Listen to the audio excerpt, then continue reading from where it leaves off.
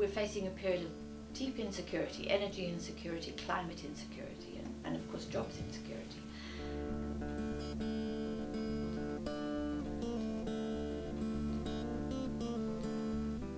And the government says, oh, we can't afford to deal with those. But we can afford to find £1 trillion to bail out the banks. So it's like saying we can't afford to survive.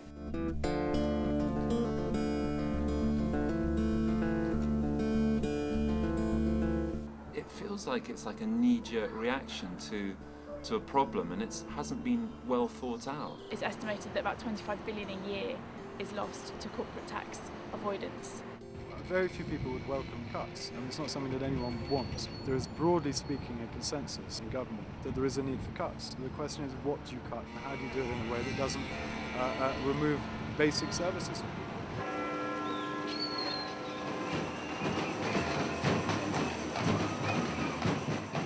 My name's Ricky Jones. I've spent 25 years working in education in Hackney.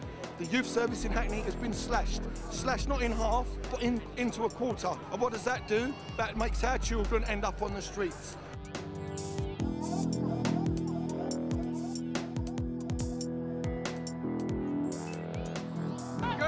We've occupied Mess Street because we're protesting against the cuts in Hackney.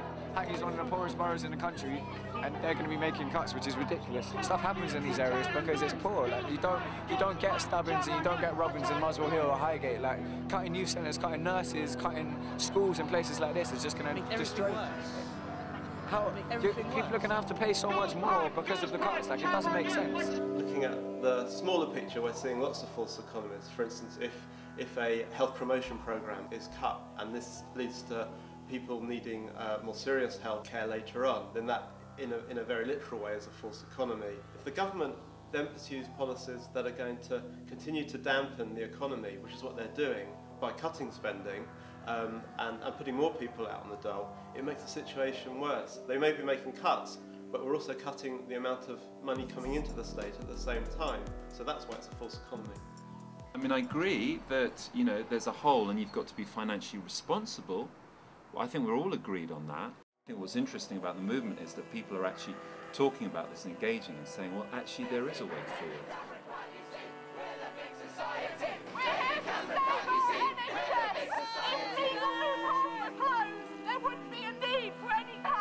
UK Uncut is focusing on the fact that there are alternatives. The amount that Vodafone avoided was estimated around 6 billion. That's enough money to prevent any of the cuts to any of the local authorities all across the country happening.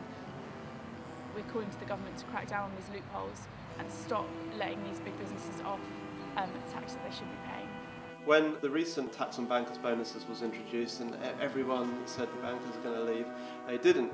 So the idea that everyone who's got any money is clamouring to leave isn't actually true. The super rich are, in fact, coming into the UK and into London in particular, partly attracted by relatively low rates of taxation.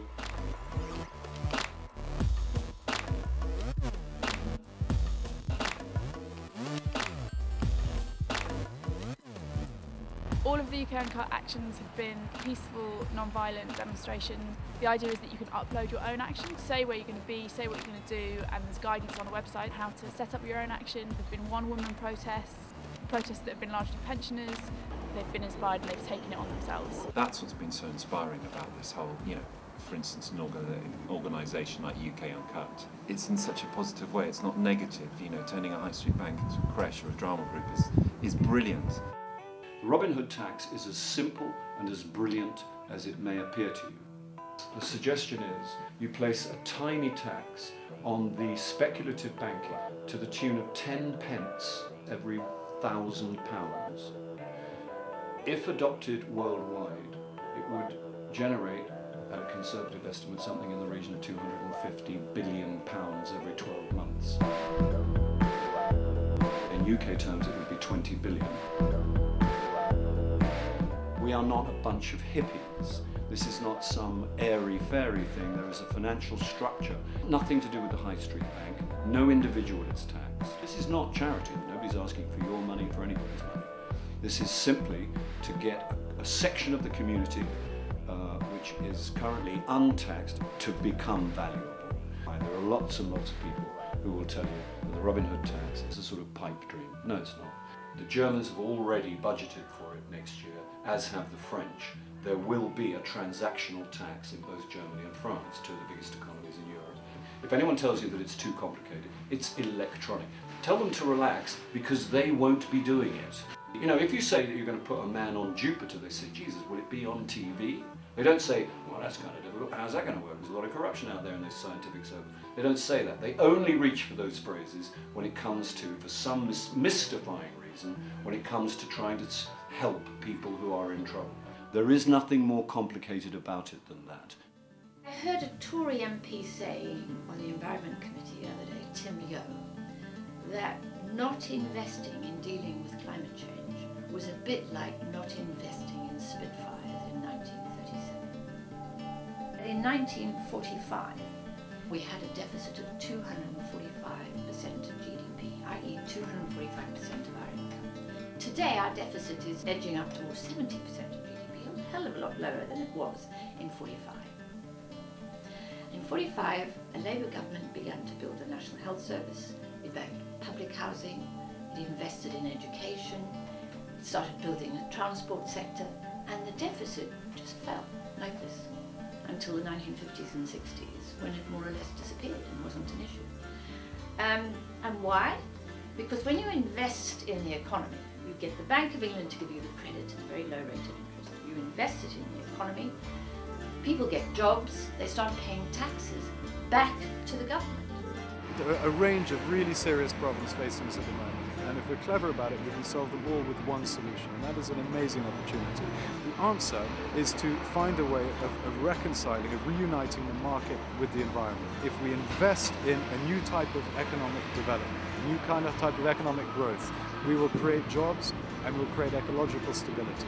The Green New Deal is a combination of some of the things that are already happening. So Greens, economists like ourselves, trade unionists, an unlikely group of people who came round a table to decide and to discuss what was needed to face the triple crunch of peak oil, climate change and financial crisis. By investing in green technologies and green jobs, you are both sowing the seeds of the future for the economy and at the same time tackling climate change. I'd really strongly encourage people to get out on the streets. This has been a really effective campaign. The government and big corporations are listening.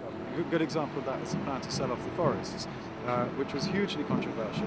And despite the fact that it was a majority of people who voted in Parliament for that sale, the government nevertheless did a U-turn, and it did that because of the public reaction. In the end, over 500,000 of us signed the petition.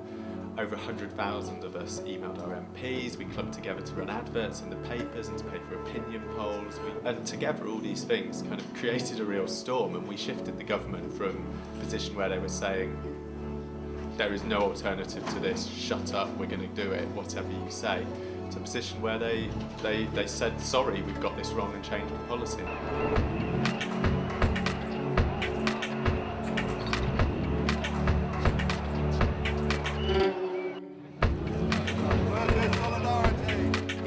Foster the positive side of it, your actual movement is so much stronger.